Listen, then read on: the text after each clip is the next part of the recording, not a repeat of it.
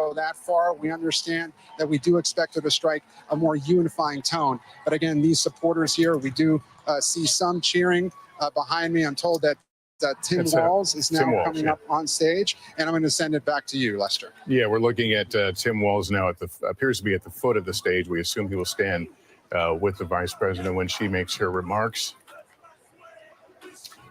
And for him, somebody who has made this turn onto the national stage, did you know, 2 months ago, did most of America know who Tim Walz was? If you lived in Minnesota, maybe, right? But now, obviously, he has become a national figure in the audience for this speech as you see some of the family members start to file in the hugs, the sunglasses, the crowd here at Howard University. Last time we saw many of them together was, of course, at the Democratic National Convention. Yeah, and I think Hallie raises an important point because Tim Walz joined the ticket. I think many Americans didn't know who Tim Walz was. And you didn't see the sort of traditional media blitz that you would expect from him. All right. It's not clear more Americans are familiar with The vice president has just been announced. We expect to see her in just any second now as she will approach the podium. Again, her family, her running mate there. Here is Vice President Kamala Harris.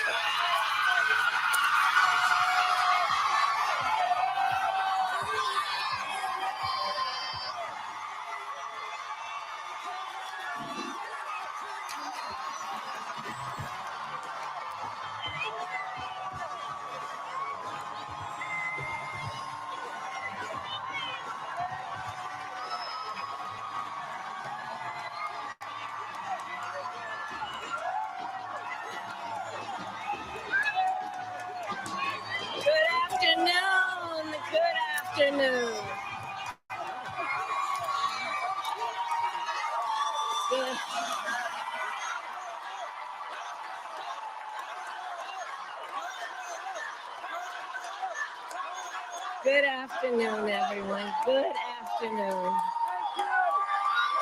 Good afternoon. Good afternoon. Thank you all. Thank you. Thank you. Thank you. Thank you.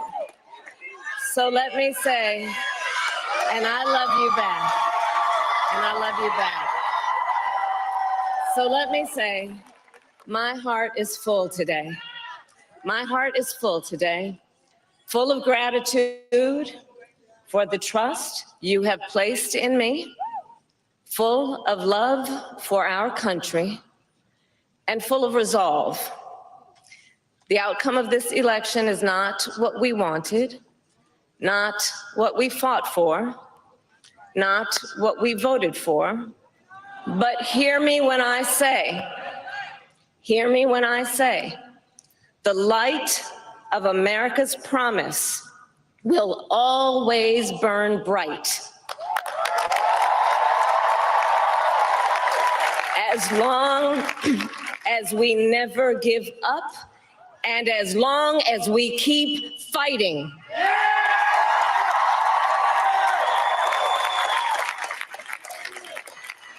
To my beloved Doug and our family, I love you so very much. To President Biden and Dr. Biden, thank you for your faith and support. To Governor Walz and the Walz family, I know your service to our nation will continue.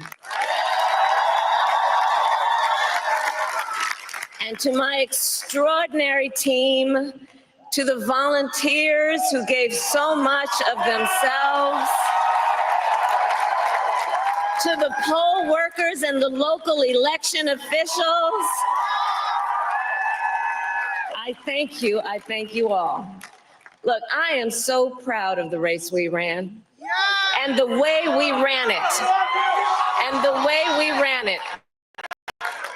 Over the 107 days of this campaign, we have been intentional about building community and building coalitions, bringing people together from every walk of life and background, united by love of country with enthusiasm and joy in our fight for America's future. And we did it with the knowledge that we all have so much more in common than what separates us. Now, I know folks are feeling and experiencing a range of emotions right now.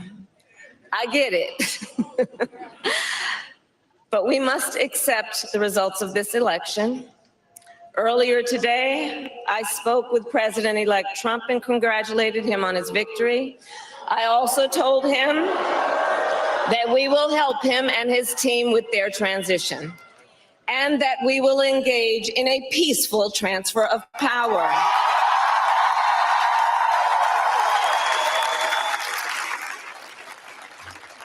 A fundamental principle of American democracy is that when we lose an election, we accept the results.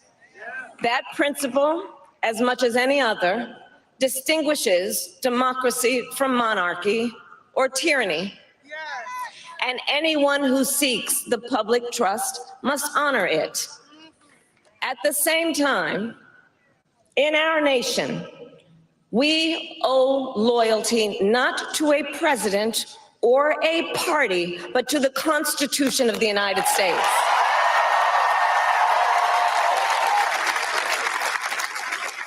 And loyalty to our conscience and to our God. My allegiance to all three is why I am here to say, while I concede this election, I do not concede the fight that fueled this campaign.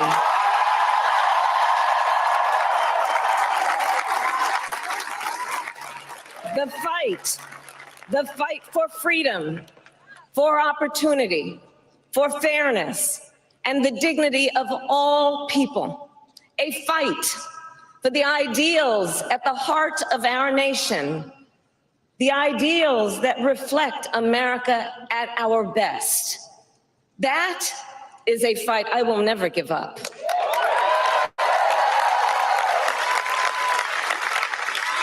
I will never give up the fight for a future where Americans can pursue their dreams, ambitions, and aspirations, where the women of America have the freedom to make decisions about their own body and not have their government telling them what to do. We will never give up the fight to protect our schools and our streets from gun violence. And America, we will never give up the fight for our democracy, for the rule of law, for equal justice, and for the sacred idea that every one of us, no matter who we are or where we start out, has certain fundamental rights and freedoms that must be respected and upheld.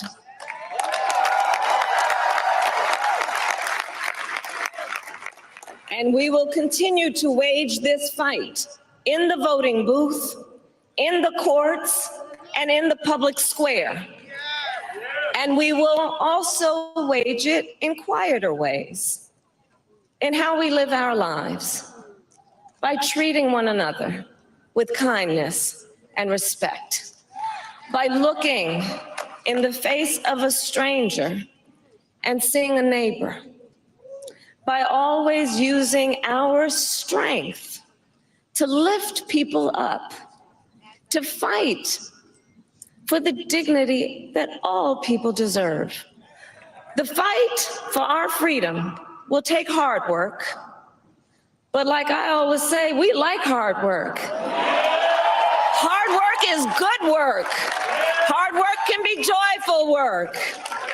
And the fight for our country is always worth it. It is always worth it.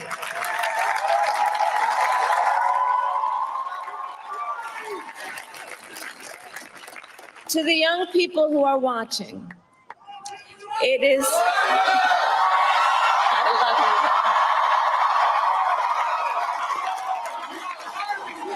to the young people who are watching, it is okay to feel sad and disappointed, but please know it's going to be okay.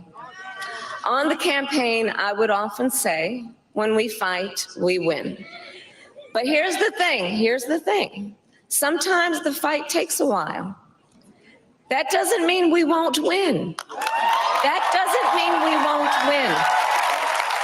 The important thing is don't ever give up.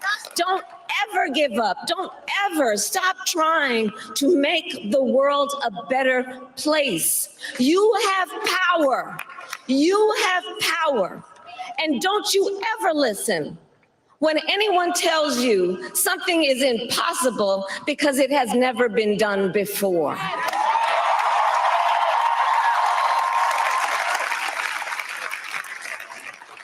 You have the capacity to do extraordinary good in the world. And so to everyone who is watching, do not despair. This is not a time to throw up our hands. This is a time to roll up our sleeves. This is a time to organize, to mobilize, and to stay engaged for the sake of freedom and justice and the future that we all know we can build together. Look, many of you know I started out as a prosecutor, and throughout my career, I saw people at some of the worst times in their lives. People who had suffered great harm and great pain, and yet found within themselves the strength and the courage and the resolve to take the stand, to take a stand, to fight for justice, to fight for themselves, to fight for others. So let their courage be our inspiration. Let their determination be our charge. And I'll close with this. There's an adage an historian once called a law of history, true of every society across the ages. The adage is, only when it is dark enough can you see the stars.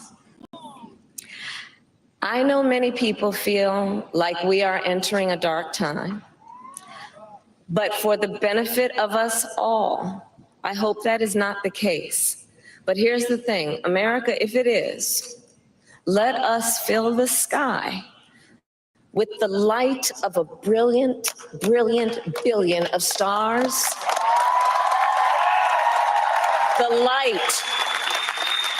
light of optimism, of faith, of truth, and service.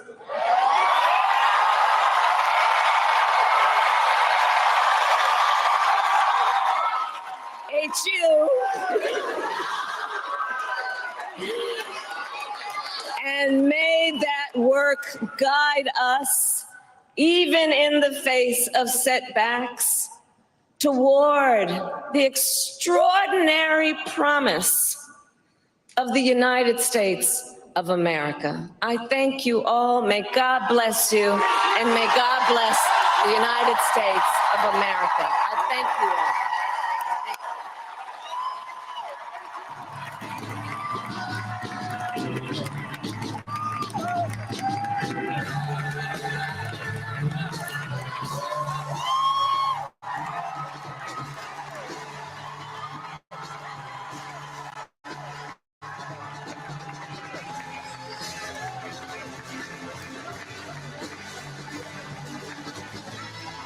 Vice President Kamala Harris, her husband Doug Emhoff, at the conclusion of about a 15-minute speech, the vice president saying that she does concede the race to Donald Trump, but she says, I do not concede the fight that fueled this campaign, which includes a dignity for all people. If this was a speech, I'll addressing the panel here at large and I'll get you guys to weigh in.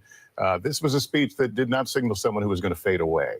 that in her words, this fight will continue. Yeah, do the work is her message, right? Get out there, keep fighting for what Democrats believe in, keep doing it even in the face, as she said, of setbacks here. As you saw her come out and talk about first words there, her heart is full, she said, right? Trying to portray that positivity that she closed her campaign with, saying she feels a lot of gratitude for this moment, but being very clear about what Democrats need to do here, which is continue to keep up the fight against, obviously, the Trump administration, although she talked about it. Peaceful transfer of power is going to be essential. They will help, she says, the incoming president-elect and vice president-elect in this transition, which is going to be a critical moment. Yeah, the peaceful transfer of power. I mean, it's not lost on anyone, of course, that the person that just beat her denied the results of the 2020 election. So there was an admonition, Kristen, built into this. Absolutely. And she made sure to say that when she called President-elect Donald Trump, she stressed the importance of a peaceful transfer of power, and that being critical to our democracy. I also thought it was interesting. You asked the question while we were waiting for the vice president to speak. How would she look back on this campaign? What would she say about the race that she ran? She said, I'm proud of the race we ran and the way we ran it. Really defending the fact that she was, as you just heard her say, fighting for something larger: freedom, opportunity, fairness, dignity of all people. You're absolutely right. Sounds like someone who does not plan to fade away, and would not be surprised if we saw her on the campaign trail in 4 years. And Lester, on that point, two thoughts. First, I wonder if there are Democrats out there wondering, where was this Kamala Harris for those 100 days? We wish we would have seen more of that candidate right there who delivered that speech. That's number one. Number two, we know who the head of the Republican Party is, right? It's President-elect Donald Trump. We know who the heir apparent is. It's J.D. Vance, the vice president-elect. Who's the head of the Democratic Party right now? It is no longer President Biden. It's unclear if it's Vice President Harris. Who's going to step up now for the Democrats? Because one of the victories that President Biden had was that he was able to hold off that red wave in 2022. They're facing a red tsunami now. So which Democrat's going to stand up to that red tsunami and change votes? Is it Hakeem Jeffries? I don't know. Maybe it's an outsider. Maybe the Democrats have to go outside their party like the Republicans did. We don't know. We saw Governor Walz fighting back tears at one point, along with her family. Obviously, a very emotional moment. It was incredibly emotional. And I think Tom raises a really interesting question, and it speaks to how this process all unfolded. The fact that there was no primary. President Biden stepped down after that really tough debate performance, and Vice President Kamala Harris was able to essentially solidify support within the Democratic Party around her. There are some within the Democratic Party who will question whether President Biden should have stepped aside sooner, whether they should have held a mini primary process. Could that have made the vice president a stronger candidate, for example? A lot of questions, but this moment, I think, about reflection, and again, where we began this conversation about unity, about reminding the country that in this democracy, a peaceful transfer of power is critical to this. I wonder if there will be critics who will look at that speech, though, and see that maybe it went a little too far, and it was perhaps a little too strong. Well, she, in what sense? You think just the idea that... I'm talking just the fact that she talked about the peaceful transfer of power, which you would expect her to, but under the circumstances. No, that's a good point. One of the things that stood out to me to this end, Lester, is the idea that she talked about the coalition that she feels her campaign brought together, when in reality, we saw Donald Trump build a coalition that got him the popular vote for the first time since he's ever run for president. Something like, I'll defer to you on the board here. I haven't checked the popular vote in an hour, but 71+ million people across America backed President-elect Trump and not Vice President Harris. So to your point, Lester, I think that comes into play here. I also think about the timeline here, that this grappling process for Democrats is going to take a while. And what may be determinative to some degree is going to be control of the House of Representatives. If Democrats are able to establish a bulwark against what they see as the sort of agenda that they do not believe in from the Republican-controlled Senate and the Republican-controlled White House, that gives them an opportunity to, in some ways, push back, to not concede the fight, as the vice president put it in her speech. If the House goes into Republican hands, it is very difficult to see, what Democrats do from here. And then the other piece of this, I do sense to some degree kind of a level of exhaustion among some rank and file Democrats who have spent the last 8 years in the so-called resistance here against former President Trump, had pinned some hopes here on Vice President Harris as she came into the race late into the summer, and who maybe just having a moment of reeling a bit. But to Tom's point, who will take over? So it's a good question. I am not so convinced that we'll see Kamala Harris in 4 years. That might be a tough one, I think, for Democrats here. I do think you have up-and-comers inside the party, including some who are on her short list for the vice presidency. Governor Josh Shapiro. I look at Shapiro. I look at Governor Wes Moore of Maryland as somebody else. I look at Governor Gretchen Whitmer of Michigan and some of these critical states here, right? Pennsylvania, Michigan, and beyond, as the people who are going to potentially be heir apparents here. Governor Gavin Newsom of California has made himself a national figure in so many ways here. That feels like the generation of Democrats that are coming up here. It's also a little bit mind-bending, can we just say, to be talking about 2026 and 2028 at this moment. But it's an important question because it speaks to where Democrats go from here. You have a News Now show to put on. I sure do. And you have nightly news, too. So I know. I don't mean to rush you out the door, but I know you've got bits work to do. I want to go back to Gabe Gutierrez at Howard University. Gabe, give us a sense of what it felt like to be there in that open field, that quad, as the speech took place. Oh, hey there again, Lester. As you can see behind me, the crowd is thinning out here. And we're watching the video there of Governor Tim Walz getting emotional. We saw several supporters here in that crowd, several women as they were walking away just now with tears in their eyes. And as you and Hallie and Kristen have been talking about, this is a very interesting speech. I, before it, wanted to see how much she would mention former President Trump. She mentioned him just once when she was talking about her phone call with the former president. When his name came up, the crowd booed, but then immediately applauded a few seconds later when she talked about that peaceful transfer of power. Now, Lester, this wasn't so much of a concession speech as it was a call to action, at least in future elections. And it should be interesting to see, as you guys have been talking about, how this plays out within the Democratic Party. But as her campaign chair had said earlier in the day, there is a sense among the Harris campaign that they are already looking forward to the next fight. So in that sense, the speech was not unifying. Still, it was unifying around the idea of a peaceful transfer of power. I think something to look forward to next, Lester, is tomorrow. President Biden is set to deliver remarks here to talk about what's next in the transition. We also understand, as I mentioned earlier, that he did speak with former President Trump earlier today, and he spoke with him about, what happens next. And I'll turn your attention back to 2016. Remember those days in the aftermath of that, the surprise election back then,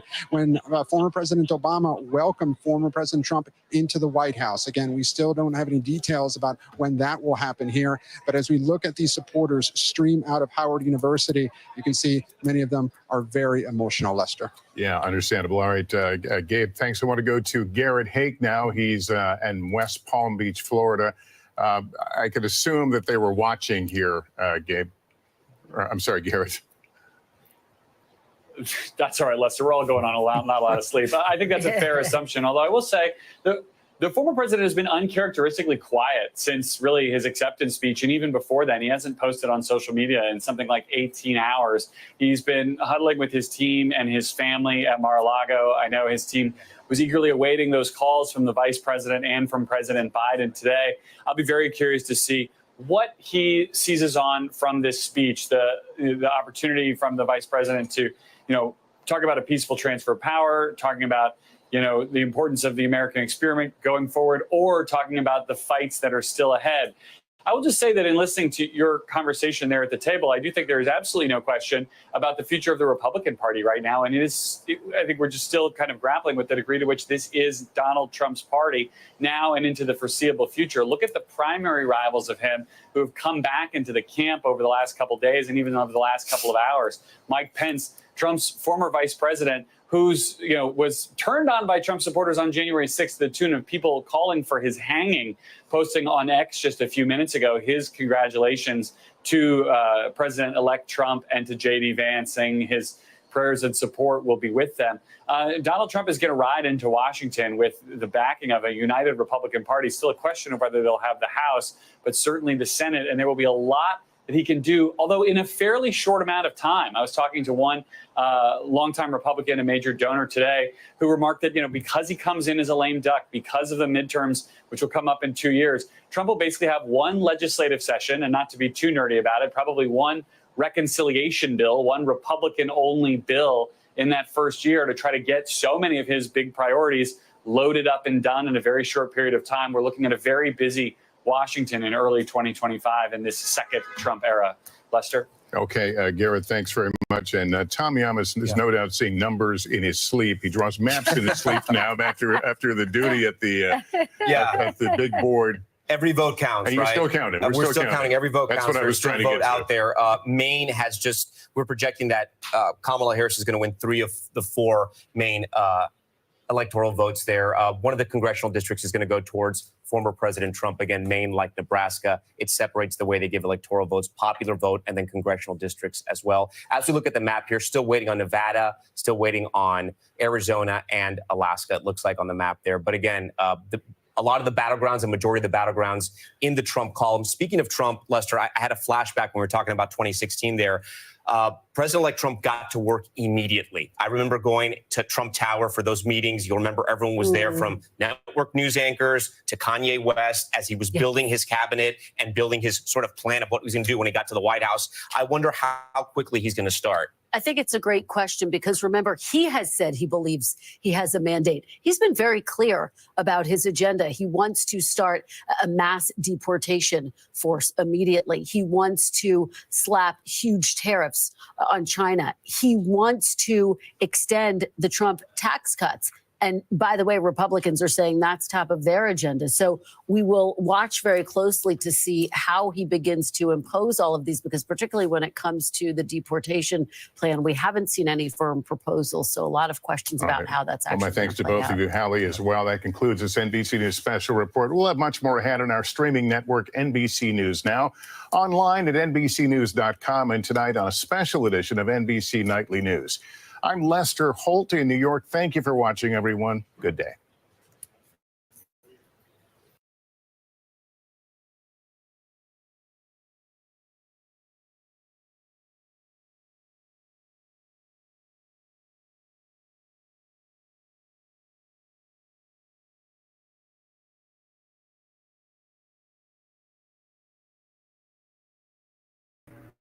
Y'all know how I am about them racial overtones or undertones, but let me know what you think about this.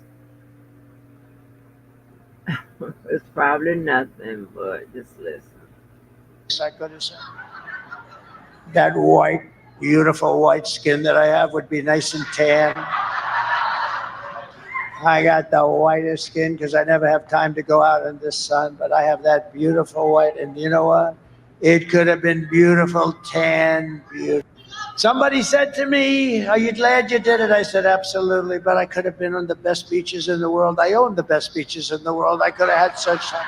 I could have been at the Great Turnberry in Scotland. I could have been anywhere I wanted to be. I could have had those waves smacking me in the face. I could have said that white, beautiful white skin that I have would be nice and tan. I got the whitest skin because I never have time to go out in the sun, but I have that beautiful white, and you know what? It could have been beautiful, tan, beautiful. Somebody said to me. Okay, now listen. A lot of things this man says and does is very deliberate. He says, we do know that he is all about the dog whistle and all kind of shit like that, right? Right now my head is all over. My head is just, I don't know, and I can't pin down exactly how I want to frame this up, but you know what I'm trying to say. Well, you know, he's very deliberate in some of the things he does. Matter of fact, in most of the things he does, right? I believe that he usually operates in the present state of mind. So when he keeps repeating beautiful white skin, beautiful, you know, that's a dog whistle. Okay. I'm just letting you know, I just got a bad feeling about this decision y'all made, because I didn't make it. And I mean, we should be equally as mad at the black folks as we are at, you know, of those Latinos. But I'm sorry, Latinos, Latinos, I'm gonna have to put you ahead of them black folk that help get this man in office again. Yeah, but he keeps hollering it. But when he does that, he's making a point.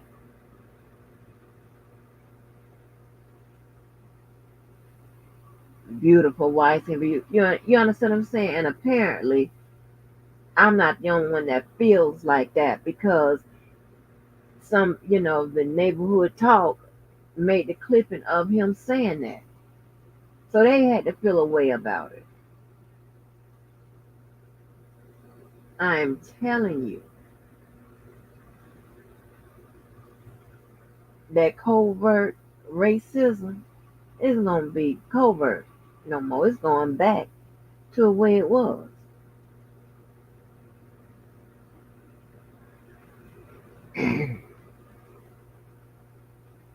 I don't want an increase in police involved shooting of black and brown folk. I don't want mistreatment. They've already gotten rid of um,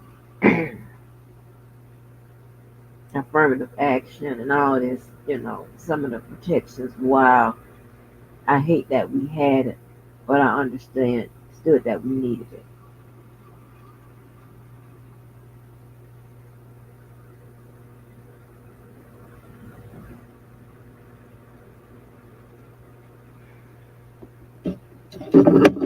This thing is crazy.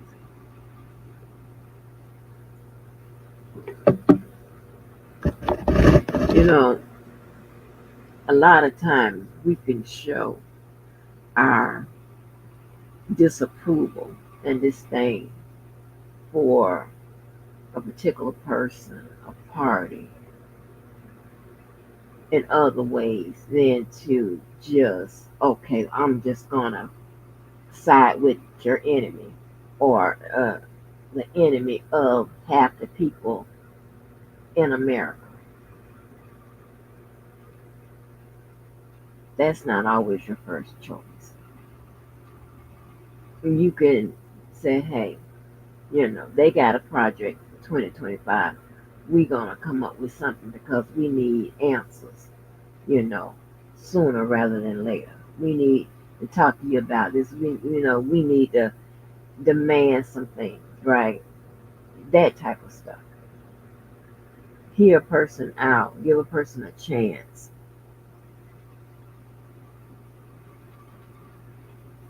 Make your needs known and let them, give you some type of answer. Okay? I'm so full till I'm crazy and I'm sleepy. But just to say, hey, and I understand, don't get me wrong, I understand the frustration and all of that. I get it. But we have been through much worse than that. Hey, Queen Brielle. Oh, if I'm not, you know what? Let me find out what happened with the immunity that he has, because someone said that the immunity that he has, it went beyond just the standard qualified immunity or whatever he had. Said that the Supreme Court made some modifications to it or whatever. Someone told me that, but I'll find out exactly what it was, and then I'll post it on my board, and I'll tag you in it. But someone had told me that he he had some modifications made to his immunity. Yeah, but he still, has it. They also said that he can do away with the sentence. Yeah.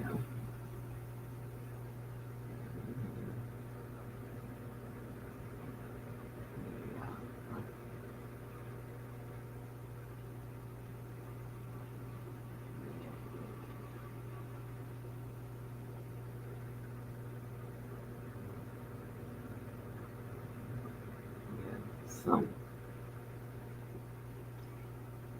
we have to,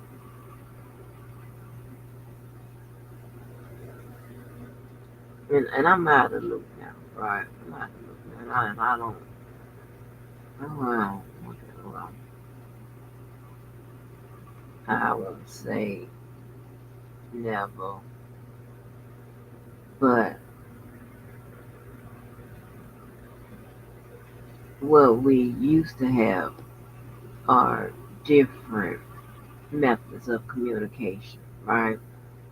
And I'm not saying like directly with the president and stuff. I know, of course, that's what I'm saying. What I'm saying is, we. Oh my God, I'm about to talk too much. I am so sorry. I am sleepy as hell. But what I'm saying is, you know, take the opportunity to find out where they're having like um, town meetings in your city and state and what have you to address your concerns, right, with the way the economy is going, the way um, judicial reform is not going, so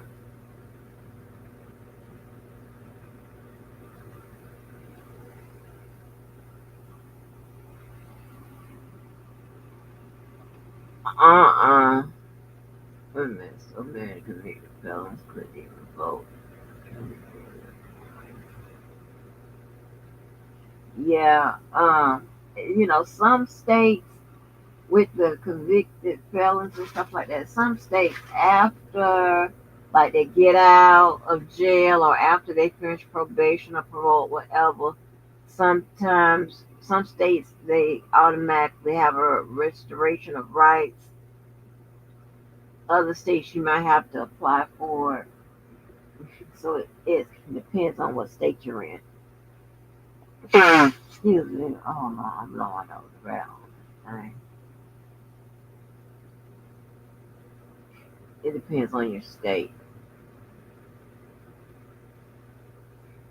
So I don't know what promises he's made or whatever, but I sure hope the people that put his ass in office is going to get what they um are looking for. And I'm telling you, and when I tell you, I'm going to keep track. And I know he can't run anymore. But see, what happens is that candidates like him give birth to copycats.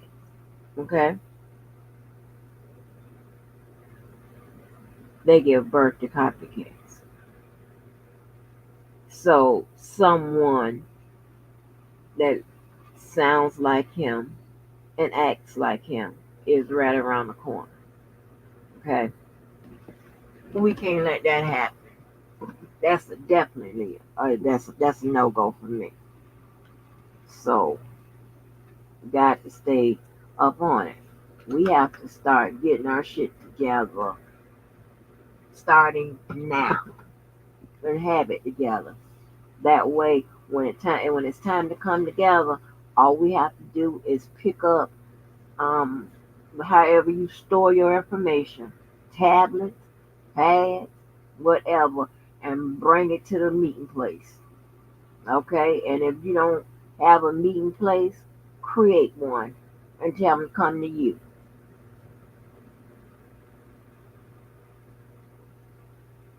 Oh Lord, Elon. Oh wow. I got to really pay attention to him. But yeah, we can't let this go down no more. And listen, y'all know I'm a big old softy with shit like this here. Oh, it breaks my heart. But the way she sounds seems like she is going to run again. Uh, I love that she sounded so strong and so determined. It seemed like she is already reconciled in her head what she's going to do. I think she already knows what went wrong and how to improve on it. She would probably she's gonna have still a little dead weight, which is Joe Biden. I'm not saying dead weight in a bad way. I'm just speaking, you know. I'm just speaking.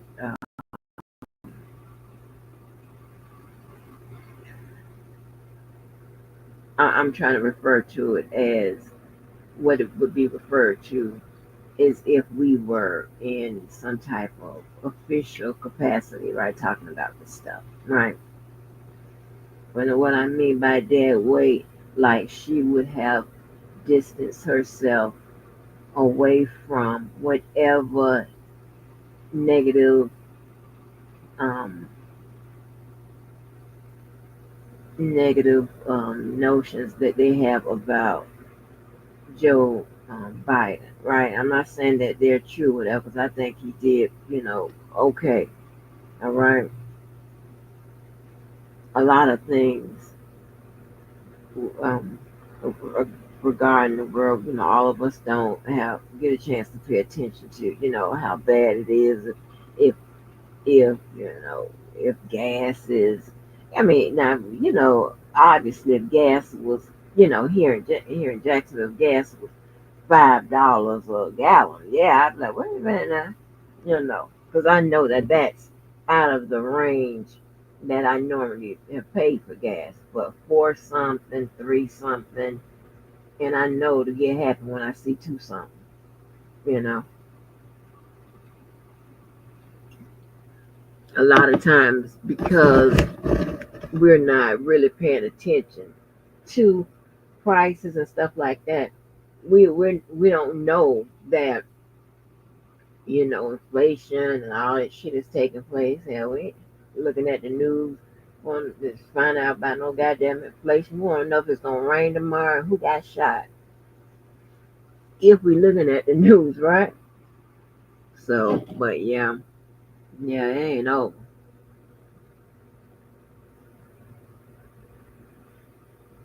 I think that she did as best as she could, but she's gonna need a whole lot of help, and I am encouraging all you young folk, all you people that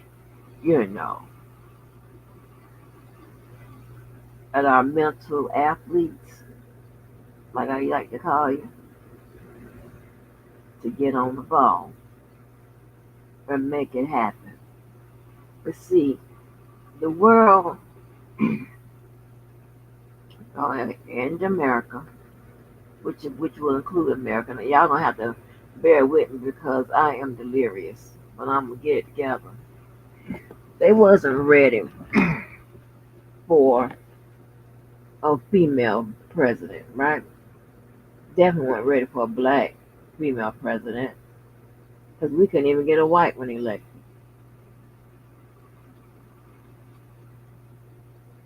Understand what I mean? And we have to give America time to digest that, to accept it, and to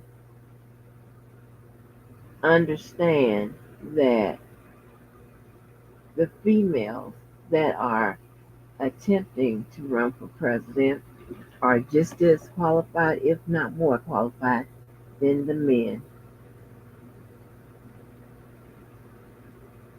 You know? And it is so It is so, so, you know, it is,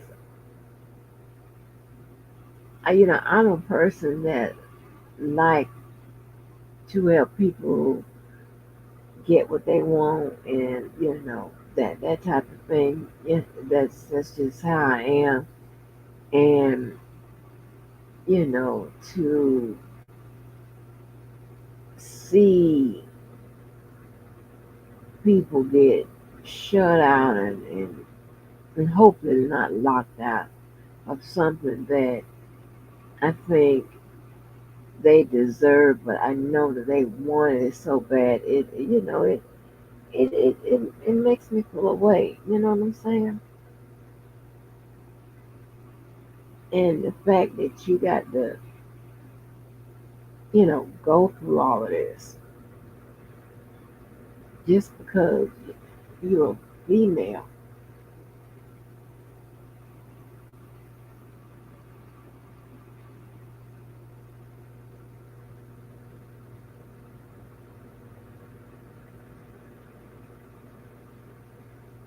And I tell anybody that you don't have to, play by the rules and all that bullshit just to be accepted, right? Especially when the rules are wrong, when the rules hurt others, when the rules benefit someone else's agenda. You don't have to, you know, stay in your so-called place. Where is that place? That's when you look at your personal or your professional resume, and if it is what it is, you take steps ahead, not back on the side of nobody.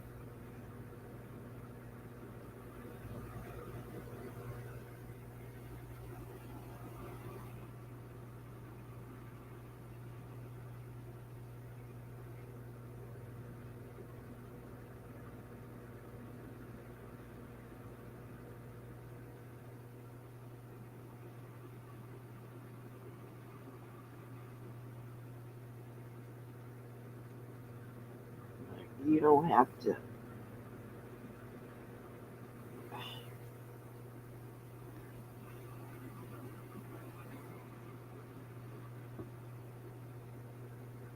become something you're not, just to please a man or whomever. It's not how it works. A person that's worthy of you, they're going to accept you for how you are and who you are.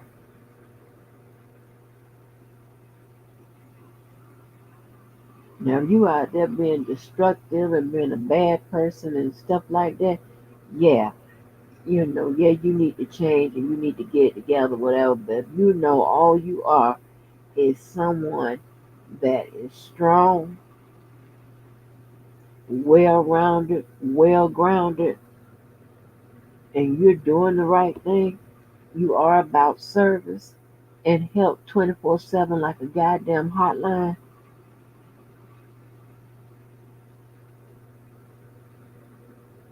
Only person you got to obey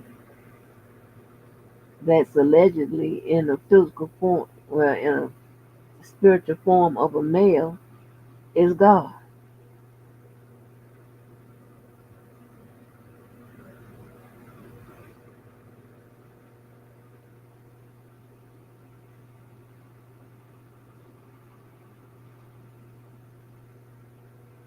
And if you got a husband that's, in line with the word of God, what have you, and you can follow that.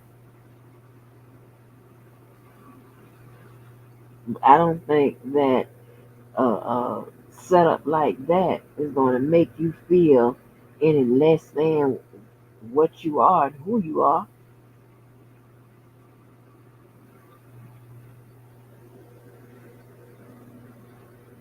we should be living in a time and in a place where our qualifications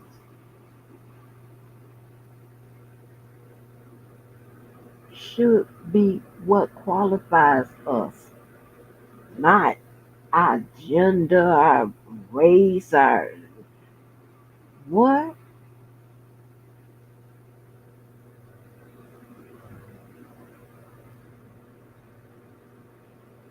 It's sad.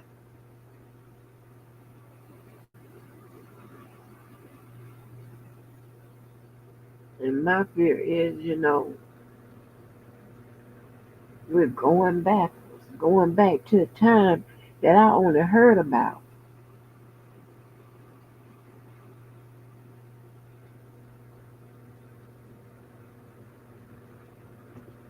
I only read about it.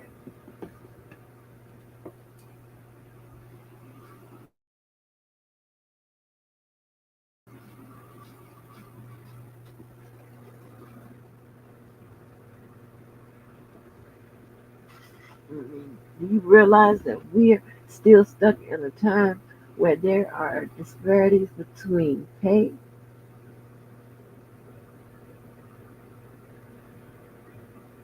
in men and women just doing the same job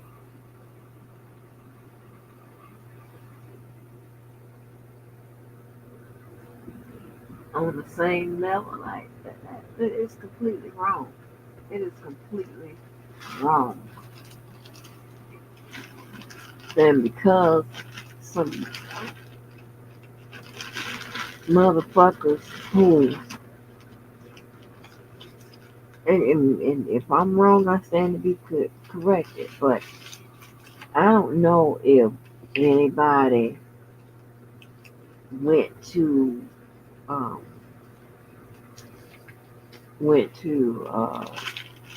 the Harris or the Harris campaign, whatever, and said, hey, before we make this decision, let me ask you a few questions, what have and I can put some blame on them. They should have had some type of um, not just debate style um, education opportunities, educational opportunities, but like a lot of those town halls where they come up to the microphone, have the questions, and those questions are more centered, more personable, and more geared to what's going on,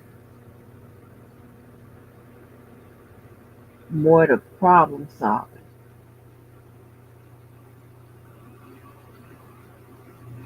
Not any of those rallies where you just sit up there and listen to a speech.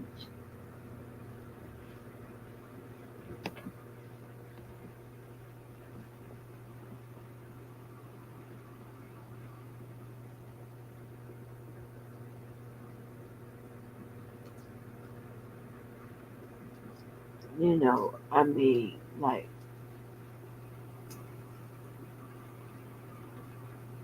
how many times are we gonna, you know, be the most qualified person in the room, in the race, and then because of people with their personal feelings about women or about this, about that, or just because of your affiliation, association with someone else, we gonna assign that shit to you too, and then you know that's to me that's unfair, and we'll never get ahead. That's how it's done. Because guess what? If there's a president, there's always going to be a vice president. How about that?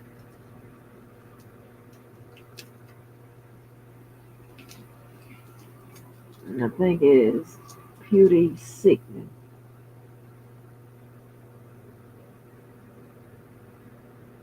that the bar moves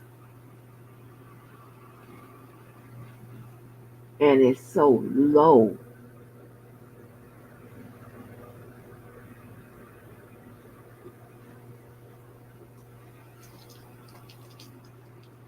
And you wonder why, you know, women feel the way they feel, or black people feel the way they feel, or even white people feel the way they feel about the way blacks and women are treated. It's crazy. But you know, I thank God and shout out to those perfect examples I have in my life, that I've always had in my life. Those perfect people that I picked to be in my life, right?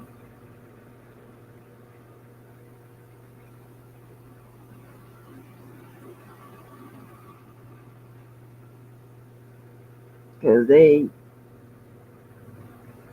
understand all of this. What I mean by that is they would never tell a woman that she cannot do this and do that just because she's a woman, or she's a black woman, or has some type of, you know, feeling or whatever towards them. I mean, that's just crazy. They would never do that. And it's so scary because you see the most qualified women running for these positions, they're getting, you know, denied entry. And you're saying, well, damn, when will we ever be allowed in?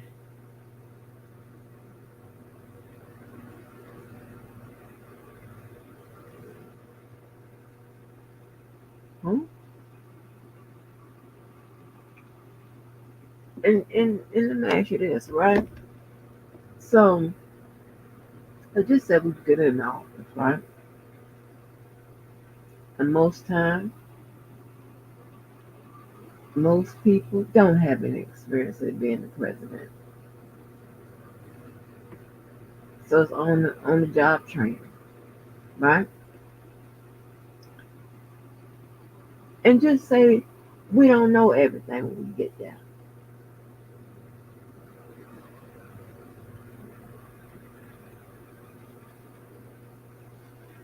There'll be the same scenario as every other person that has been elected president.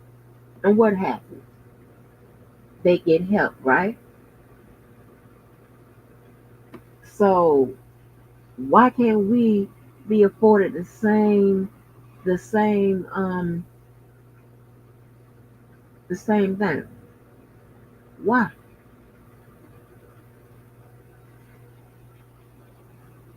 Why, you know, why the men can't help us?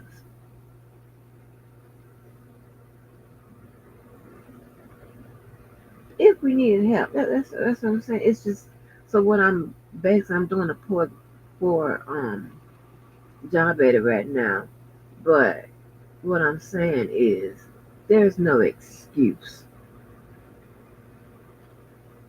And I don't want this to be a repetitive thing that happens, to where you have the qualified people that, you know,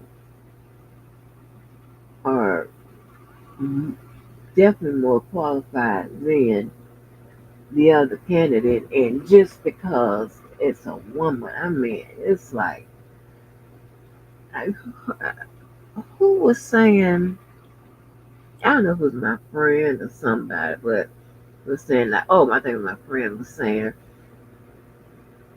that like they don't want the women in there because they believe that the women are going to be emotional and stuff like that. Are you serious?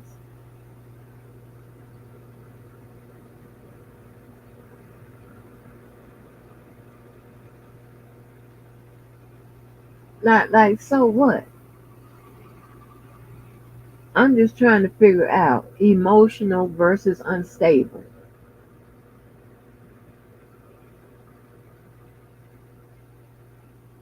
Huh?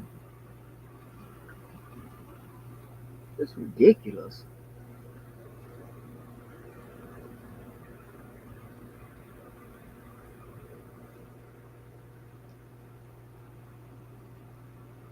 I'm gonna tell you.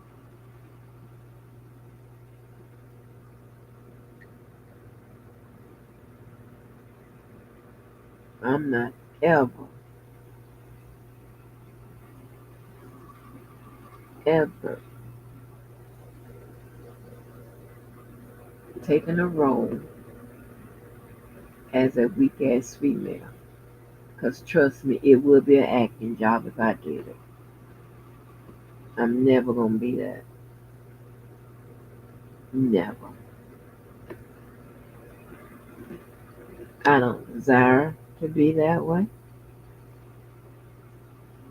And it's nothing in it for me. I'm not doing it so your ego can be, together. I'm not doing all of that.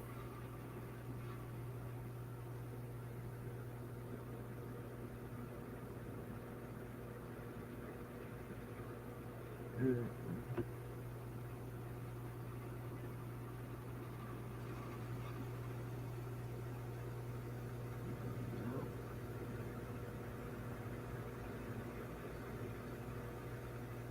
Mm.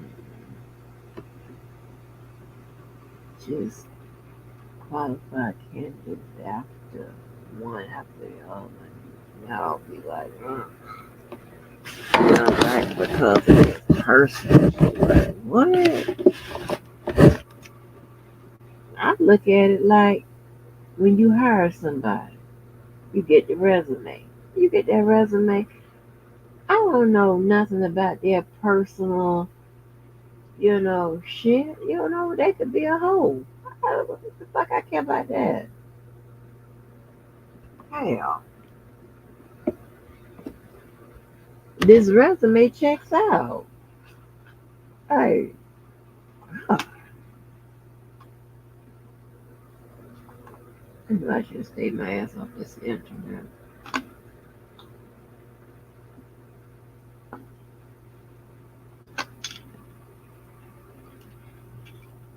I am delirious.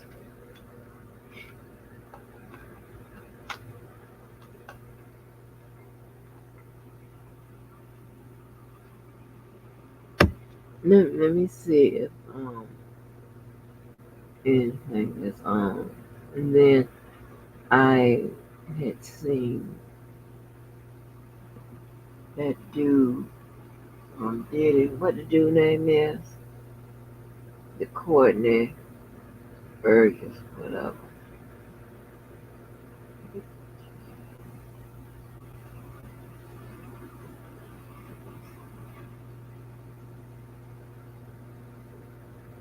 I don't remember the white skin.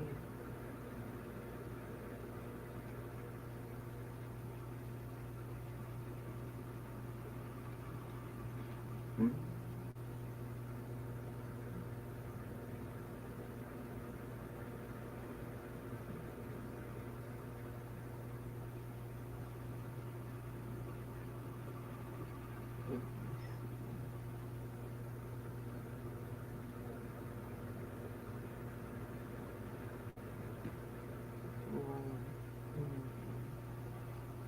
Oh Lord, I'm gonna talk to this boy, and I was just gonna have a conversation with him. I'm sleeping delirious, but he ain't on the phone. He ain't hear nothing. I was just gonna start talking. I'm going crazy.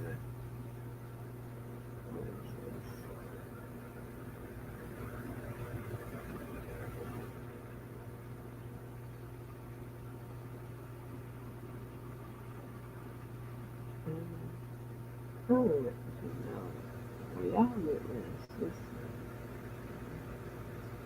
Y'all look insistent.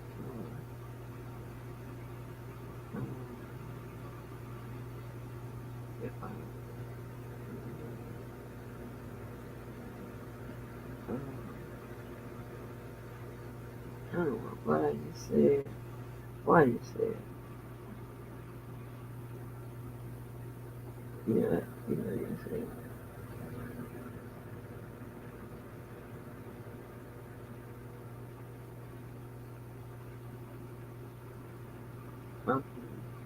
Ooh, yeah, baby, I nodded.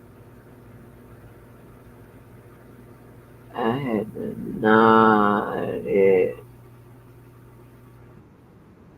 down.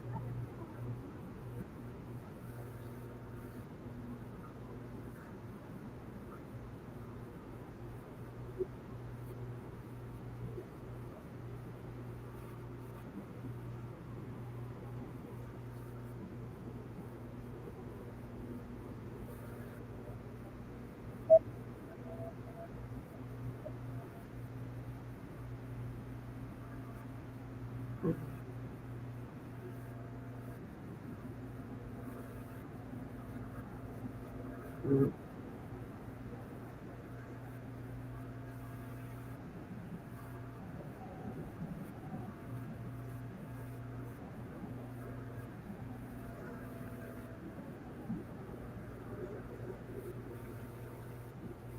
Let me cut that off. Honey, I'm delusional. I don't know where I am and what's going on. When I tell you,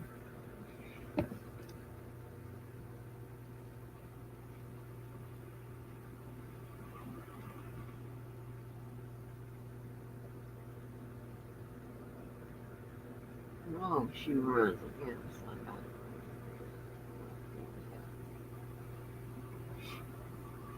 But America got to get understanding that the highest officers in the land is going to have to start reflecting the landscape of America.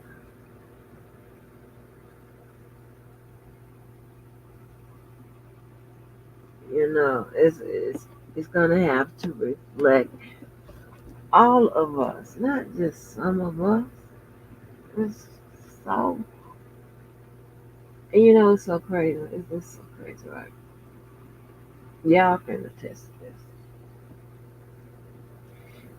Weren't you so glad when you heard all of the hard work that Martin Luther King and them had done, all that marching and fighting and all this here, and then a little bit more like your parents or grandparents had done, um, but definitely you didn't have to do none of it, right? Okay. You thought that the rest of your days, you know, when you're 20 something, 30 something, whatever, was going to be okay, focusing on other issues that plague the world, right? Not something that was already resolved uh, decades ago.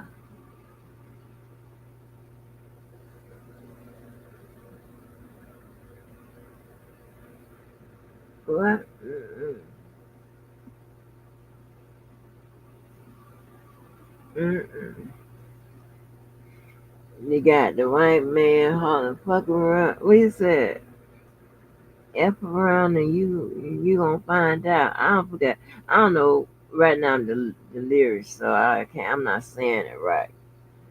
You know, pause. But I ain't saying it right. Say less. I can't say that because I'm not a dude, and dudes say that perfectly. Now, what was I gonna do?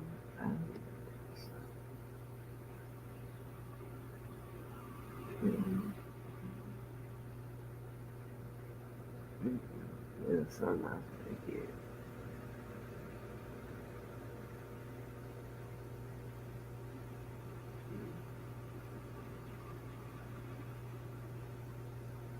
I'm talking about you.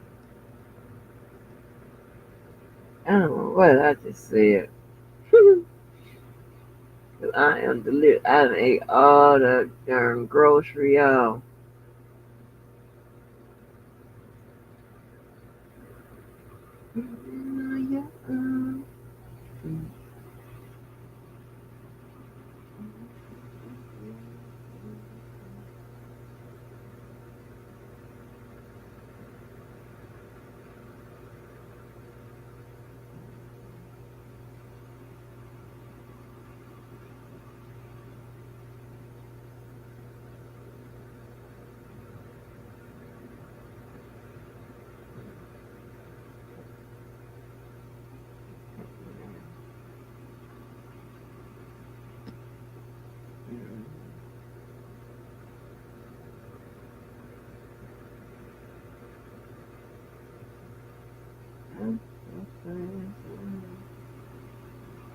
Oh, I know I was looking for something.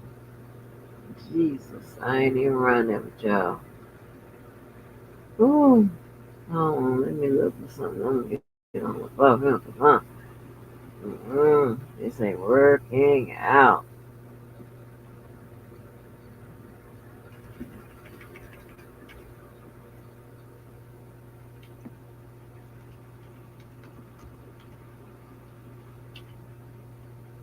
You know,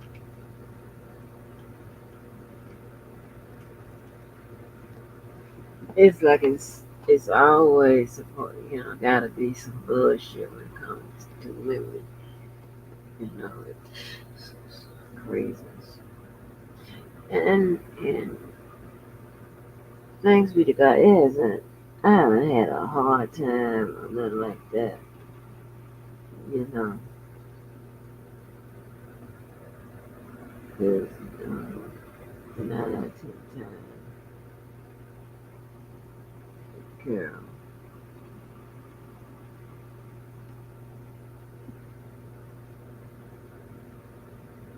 Mhm.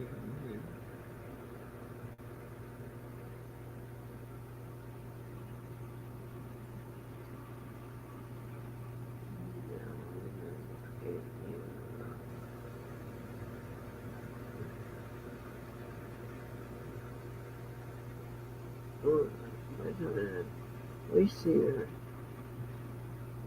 See her.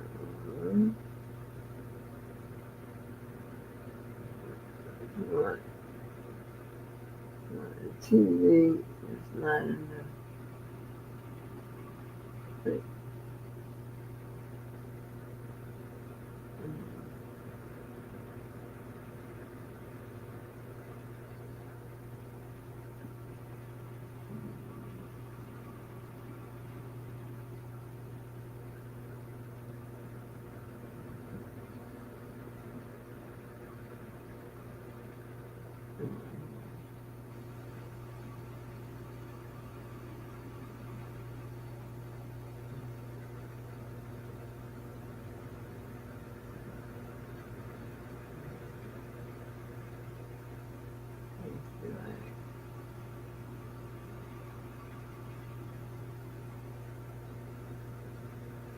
I can't find it.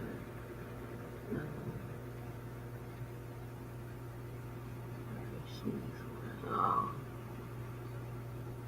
tell me, I probably just yeah, that. Yeah.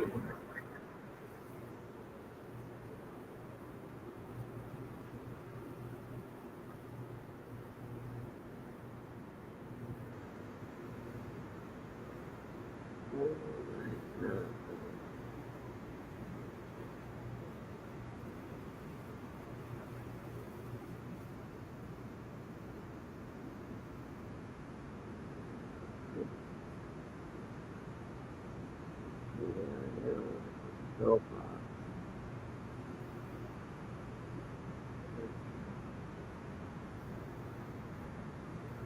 Yeah, that's why he turned around and smiled, because they was like, And I'm really not wanting to go box, and they turned around and looked at me and said something, and then went on to the tape. Or with it in the direction of one of the grievers, I guess.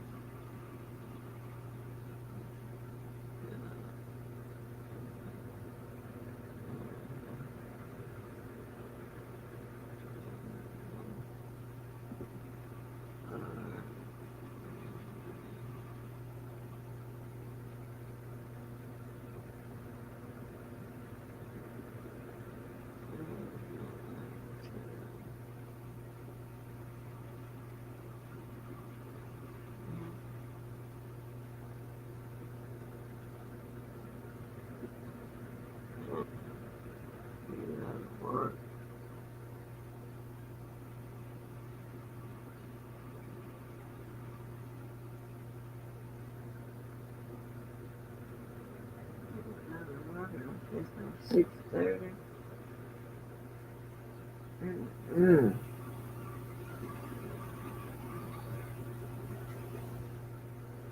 Oh Lord, y'all, I'm having a full conversation. Oh, baby, I ain't on no phone or nothing. I'm just talking. What else? Oh, let me get out this live, baby. Hey, I just wanted to make sure I put the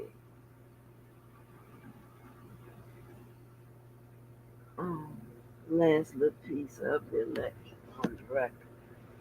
And I think she did send a message when she was talking about how presidents should act and all that. I forgot he hadn't even showed up to the inauguration, all that.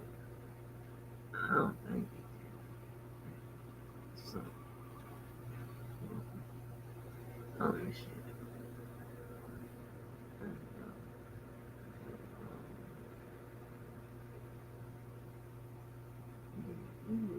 John McCain.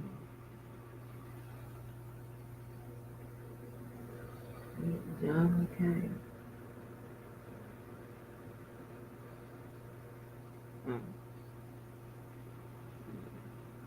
Hey, I'm trying to steal.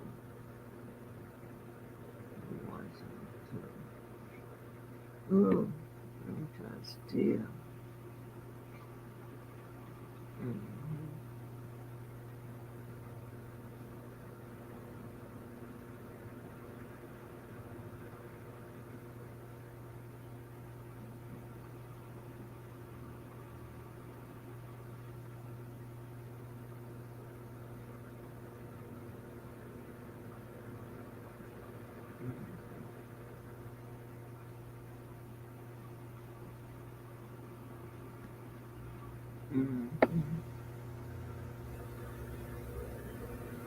Oh Lord, honey. Oh, gone, baby. All right, so let me get about here. Hey, make sure you do something good for yourself or someone else.